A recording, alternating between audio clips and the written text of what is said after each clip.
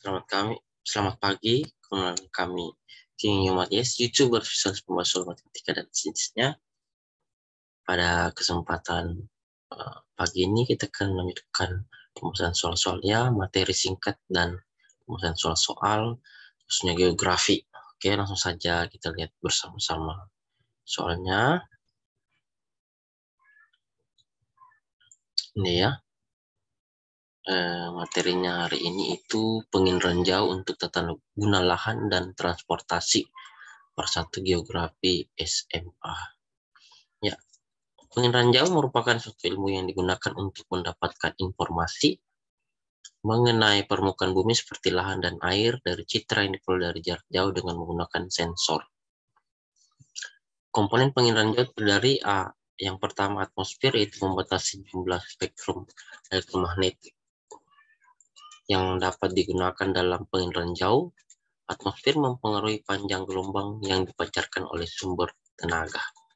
Yang kedua ada dikatakan sumber tenaga, yaitu berfungsi agar sensor dapat merekam objek dari cahaya yang dipantulkan oleh objek. Sumber tenaga alami, yaitu sistem pasif disebut matahari, dan sumber tenaga buatan atau disebut sistem aktif, itu contohnya adalah lampu. Yang ketiga adalah interaksi dengan objek, yaitu objek yang banyak memantulkan gelombang akan terlihat gelap. Contohnya adalah air jernih lebih banyak memantulkan cahaya dan sedikit menyerap cahaya, sehingga pada citra terlihat gelap.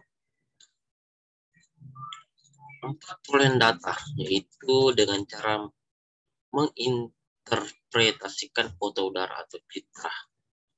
Kelima, pengguna data, yaitu kemampuan menganalisis dan kesesuaian terhadap data. Keenam, sensor atau alat perekam objek. Dari resolusi spasial, itu kemampuan sensor merekam objek terkecil yang ada di permukaan bumi.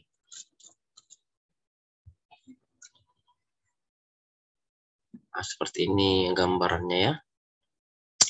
Ada matahari terus memancarkan sinar atau radiasi ke bumi.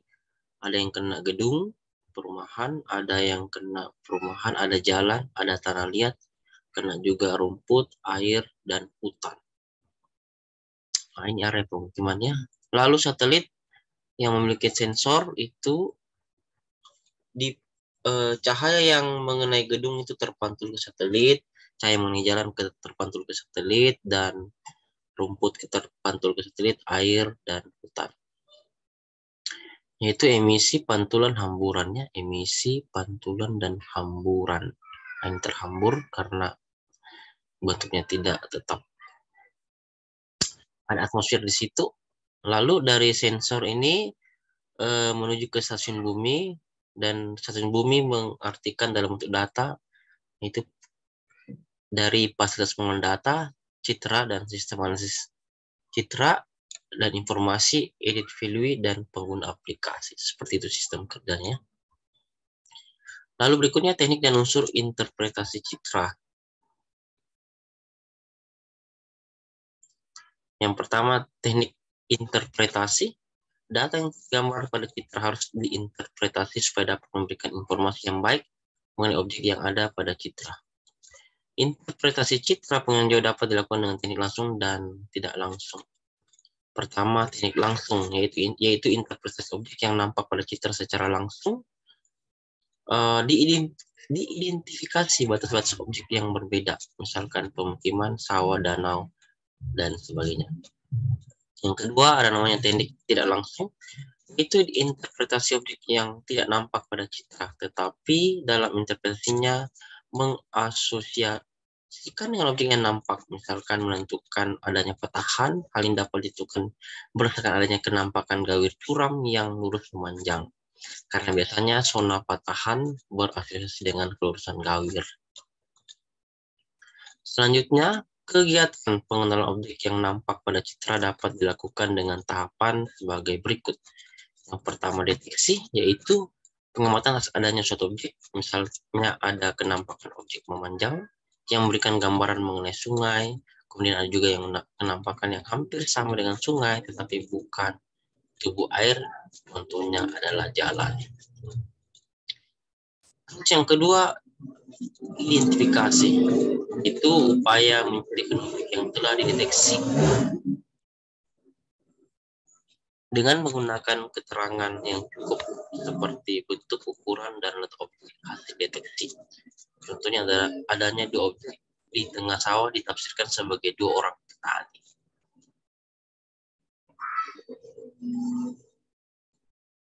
Selanjutnya yang ketiga adalah interpretasi, yaitu tahap mengumpulkan informasi yang terdapat pada citra dengan menyimpulkan isi objek yang diamati. Misalnya adanya dua orang petani yang berada di sawah yang berair diinterpretasikan sedang menanam padi. Berarti pada waktu pemotretan adalah pada musim tanam. Ya, saya rasa itu materi singkat part 1. Masih ada lanjutannya ya. Sekarang kita masuk ke soal-soal UTBK SBMPTN SMA kelas SMA 10 nomor 1 soal materi ranjau untuk tata guna lahan dan transportasi part 1. Ya, mari kita lihat bersama-sama soalnya. Nomor 1. Pengertian ranjau menurut Lilesan dan Kiefer adalah A. Ilmu atau seni untuk mendapatkan informasi tentang objek melalui analisis data yang diperoleh dengan suatu alat tanpa kontak langsung dengan objek. B. Ilmu yang mempelajari objek dengan menggunakan alat tertentu. C. Aktivitas untuk mendapatkan, mengidentifikasi, dan menganalisis objek dengan jalan menggunakan sensor pada posisi pengamatan arah kajian. B. Teknik untuk mendapatkan dan analisis tentang bumi. E. Perolehan informasi tentang bumi dengan menggunakan sensor tanpa menyentuh objeknya. Kita jawab ya. Saya berikan waktu 5 detik. Pause dulu videonya 5 detik dan Anda jawab. Ya, silakan jawab. 5, 4, 3, 2, 1. Iya, jawaban betul, saudara-saudara. Ya, pengertian ranjau menurut Lilesan dan Kiefer, yaitu ranjau adalah ilmu dan seni untuk mendapatkan informasi tentang suatu objek, daerah, atau fenomena melalui analisis data yang diperoleh dengan suatu alat tanpa kontak langsung dengan objek, daerah, atau fenomena yang dikaji. Jawaban tepat adalah A. Ya. A. Jadi, pengertian ranjau menurut Lilesan dan Kiefer adalah A. Ilmu atau seni untuk mendapatkan informasi tentang objek melalui analisis data yang diperoleh dengan suatu alat tanpa kontak langsung dengan objek. Mantap. Ya, kita lanjutkan. Tapi sebelumnya langkah baiknya menekan tombol like, subscribe, post. Harus ada subscribe di sini. Subscribe, iya. Share, post, promo, download, komentar, dan silakan follow Instagram kami @yomat2022. Dan ini kontak WhatsApp kami WA 081356174015. Ya, kita pindah ke nomor 2 ya. Nomor 2 ini penginderaan jarak jauh yang menggunakan tenaga matahari disebut dengan A. Sistem pasif, B. Sistem aktif, C. Sistem gelombang makro, D. Sistem gelombang radio, E. Sistem spektrum. Ya, silakan pause dulu video ini 5 menit paling lama ya. Silakan di pause dan pikirkan jawabannya. Oke. 5, 4, 3, 2, 1, 0. Iya, jawabanmu betul, saudara-saudara. Kita bahas ya. Penginderaan jauh digunakan tenaga yang bersifat alami, yaitu sinar matahari, sinar bulan, maupun sinar buatan jika pemotretan dilakukan pada malam hari. Sedangkan yang umum digunakan adalah sinar matahari. Penginderaan jauh yang menggunakan tenaga matahari disebut sistem pasif. Jadi jawaban tepat adalah A. Ya. Soal yang tadi adalah penginderaan jarak jauh yang menggunakan tenaga matahari disebut dengan A ya, sistem pasif. Mantap sekali ya, like, subscribe, post, promo, download, dan nyalakan tanda lonceng. Mantap. Sekarang kita berpindah ke nomor 3.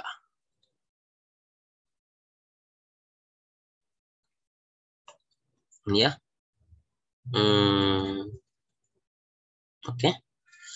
Kamera scanner radiometer termasuk ke dalam kelompok? Bagian A pesawat, B sensor, C satelit, D citra, E situs. Ya, silakan di-post dulu videonya dan ketentuannya 5 menit.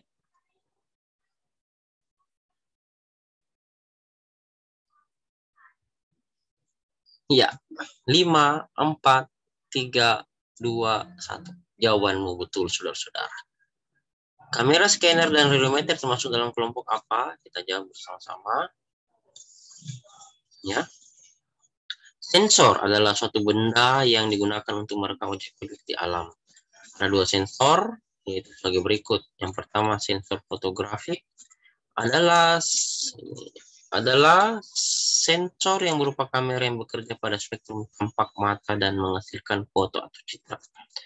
Yang kedua, sensor elektromagnetik adalah sensor bertenaga elektrik dalam bentuk sinyal elektrik yang beroperasi pada spektrum yang luas, yaitu sinar X sampai gelombang radio dan menghasilkan foto citra. Foto atau citra. Jadi jawaban tepat adalah B. Kita lihat soalnya tadi. Kamera, scanner, radiometer masuk dalam kelompok. Bagian B ya, sensor. Mantap. Kita berpindah ke soal nomor. Ya, ini ada subscribe-nya semua di sini ya. Nomor 3 ya, subscribe-nya. Nomor 3, nomor 4 sudah. Soalnya adalah jenis sensor yang digunakan dalam pengiriman jauh antara lain sensor panas. Sensor panas menggunakan tenaga titik-titik. Pilihannya adalah gravitasi, B elektromagnetik, E magnetik, D seismik, E bunyi.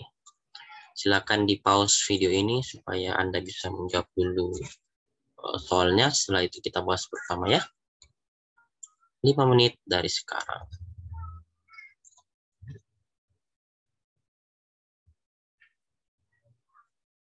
5, 4, 3, 2, 1. Iya, betul jawabannya ya. Soal lagi soalnya, jenis sensor yang digunakan dalam pengiriman jauh antara lain sensor panas. Sensor panas menggunakan tenaga. Ya, kita bahas ya. Sensor elektromagnetik adalah sensor bertenaga elektrik dalam bentuk sinyal elektrik yang beroperasi pada spektrum yang luas, yaitu sinar X sampai gelombang radio yang menghasilkan foto atau citra. Sensor elektromagnetik dapat berupa sensor panas. Jadi jawabannya adalah B ya. Kita ulang lagi soalnya. Jenis sensor yang digunakan dalam pengiriman jauh antara lain jenis sensor panas. Sensor panas menggunakan tenaga B ya, elektromagnetik. Oke, betul sekali ya. Sekarang kita pindah ke soal nomor 5. Ya. Gambar objek yang nampak pada cermin melalui lensa kamera atau tampak langsung pada hasil cetakan dinamakan A citra, B sensor, C objek, D foto udara, E foto kamera. Ya, silakan coba dijawab dulu. Silakan pause videonya dan pikirkan dan cari dulu jawaban yang Anda anggap benar. 5 menit dari sekarang.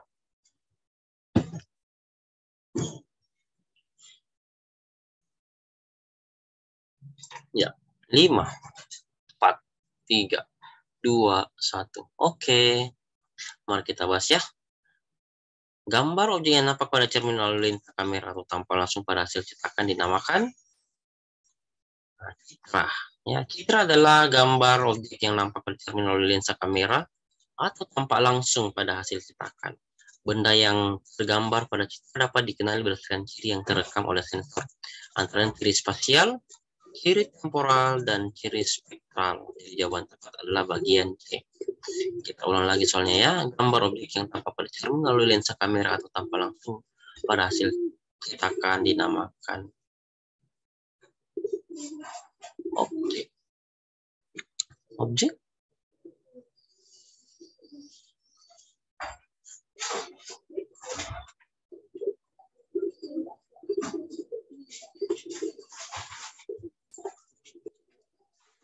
Oh, bukan.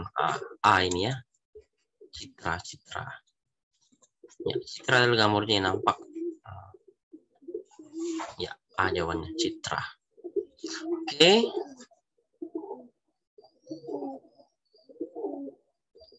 Jawabannya adalah ya, gambar objek yang nampak pada terminal lensa kamera atau tanpa langsung pada akan makan citra.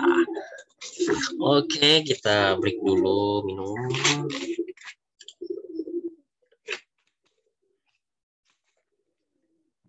Iya. Kita pindah ke nomor 6.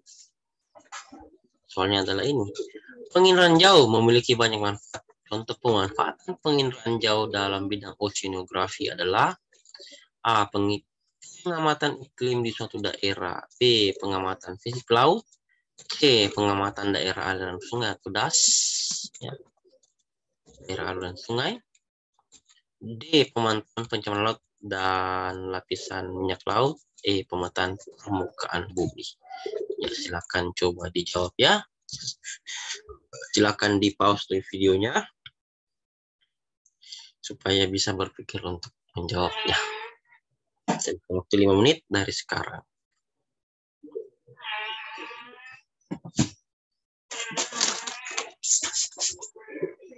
5, 4, 3, 2, 1, 0. Oke, mari kita bahas ya. Penginderaan jauh memiliki banyak manfaat. Contoh pemanfaatan penginderaan jauh dalam bidang oceanografi adalah, mari kita bahas beberapa contoh pemanfaatan penginderaan jauh dalam bidang oceanografi. Yang pertama itu daerah yang terkena tumpahan minyak di laut dan arah aliran laut yang mengandung endapan dari sungai dapat diidentifikasi melalui foto satelit. Yang kedua, pengamatan sifat fisik laut. Ini ya, misalnya kadar garam. 3, pengamatan pasang surut dan gelombang laut. 4, mencari lokasi suhu permukaan. Dan 5, penelitian erosi, sedimentasi, dan perubahan bentuk pantai.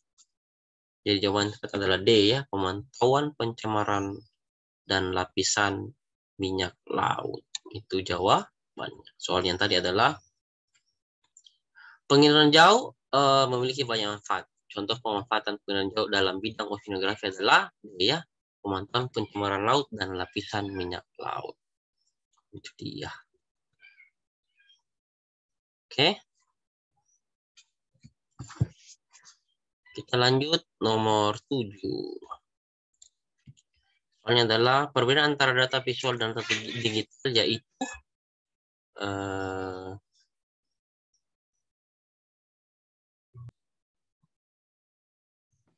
nomor 7 ya, perbedaan antara data visual dan data digital, yaitu pertama, data visual berupa pita atau data digital berupa pita magnetik. Yang kedua, data visual berupa foto, data digital berupa angka. 3, data visual berupa proses rekaman dan data digital berupa non-citra. Yang keempat, data visual berupa spektrum elektronik, data digital berupa proses rekaman. Yang kelima, data visual berupa citra foto, data digital berupa citra non-foto. Ya, silakan di pause dulu videonya dan coba dijawab soal nomor 7 ini. 5 menit dari sekarang ya.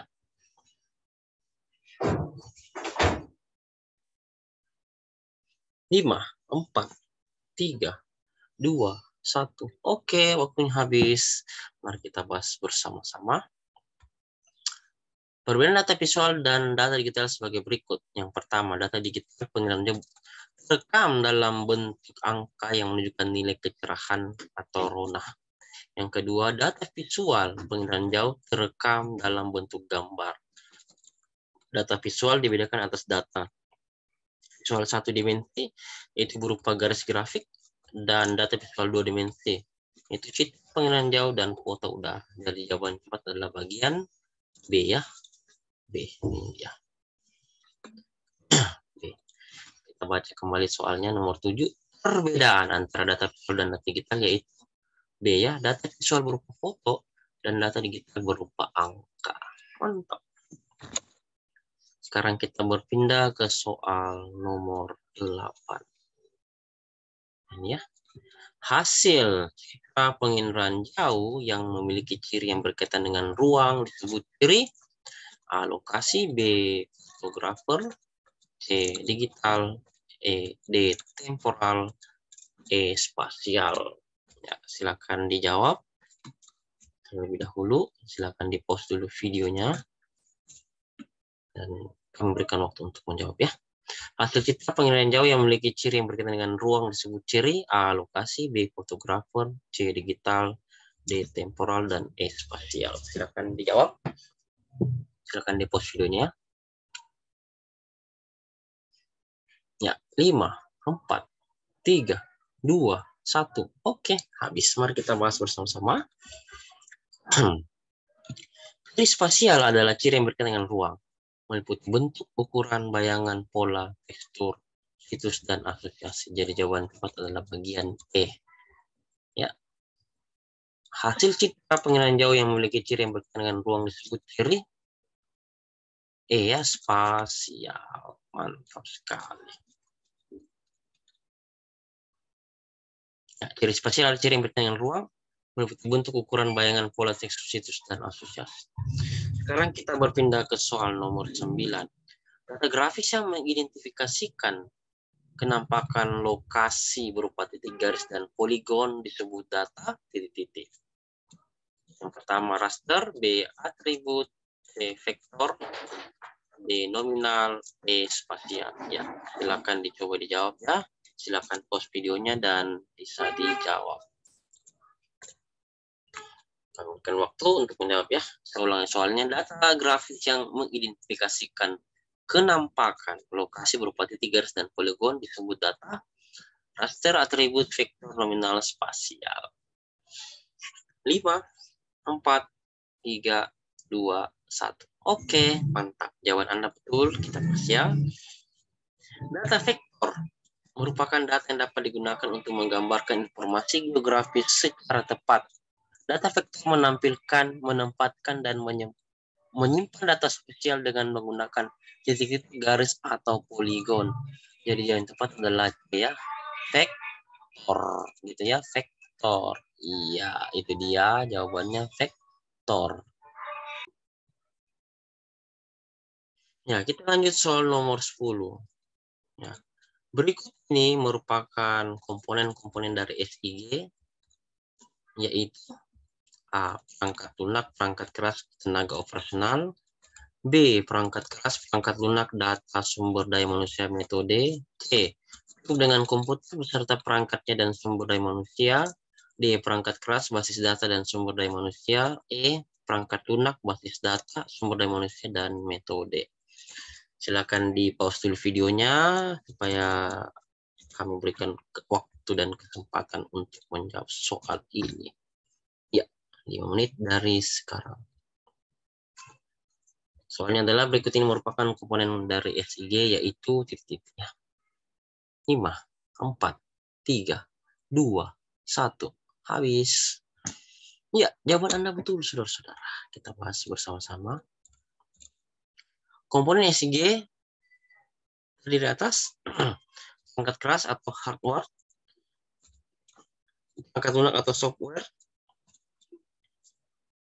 data, sumber daya manusia atau brainware, dan metode. Jadi jawaban tepat adalah bagian B. Bravo ya. Kita ulang lagi soal nomor 10. Berikut ini merupakan komponen-komponen dari SIG, yaitu B ya, perangkat keras, perangkat lunak, data, sumber daya manusia, dan metode. Itulah jawabannya. Rasa cukup dulu part 1 hari ini ya. Terima kasih, selamat belajar. Semoga bermanfaat, positive think, dan salam sukses selalu untuk kita semua.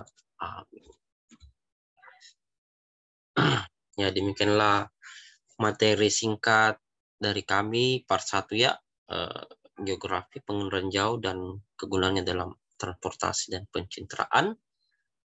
Jangan lupa dukung terus dengan cara menekan tombol like, subscribe, post, and share, nyalakan tombol lonceng agar setiap video baru kami upload dan isi kolom komentar dengan komentar yang baik dan bermanfaat bagi diri dan sesama. Nyalakan tombol loncengnya agar setiap video baru kami upload Anda tahu. Terima kasih dan selamat belajar. Sampai jumpa lagi.